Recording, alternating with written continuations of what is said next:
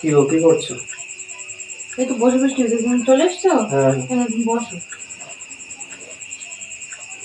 বাবারে, তারপর তোমার কাজকর্ম সব ঠিকঠাক চলছে? হ্যাঁ ভালোই চলছে। আচ্ছা, তা আজকে কি রান্না বান্না করলে?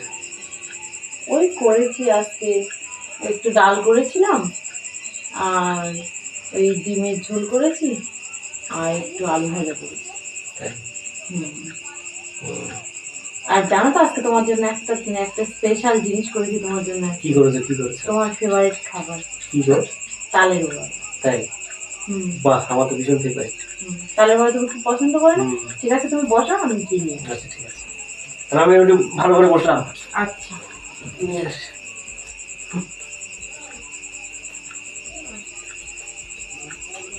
এই নাও তালের বড়া, তুমি খাও। তুমি ভীষণ ভালোবাসো বলে তোমার জন্য করেছি। কি করেছো এসব?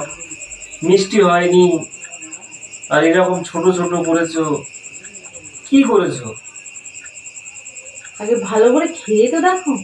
খেয়ে খেয়ে দেখছো তো, ভালো লাগছে না, ভালো লাগছে না। সারাক্ষণ তুমি যেটা বলো আমি সেইটাই তোমাকে করে করে খাওয়াচ্ছি, আর তার উপরে একটার পর একটা অপবাদ দিয়ে যাচ্ছ, যেটা ভালো লাগে না সেটা ভালো লাগে। যখন যেটা সত্যি সেটা তো বলছি, করে খাওয়াচ্ছি। যেটা সত্যি সেটাই তো বলছি। না, যখন যেটা বলছো আমি সেটা করে খাওয়াচ্ছি, তারপরে বলছো এটা ভালো লাগছে এটা বলছো, তুমি কি তাহলে এখন থেকে তোমার রান্না করে খেতে হবে? ওই জন্যই লোকে বলে যে কুকুরের পেটে ঘি ভাত হজম হয় না। তুমি কি বলতে চাইছো?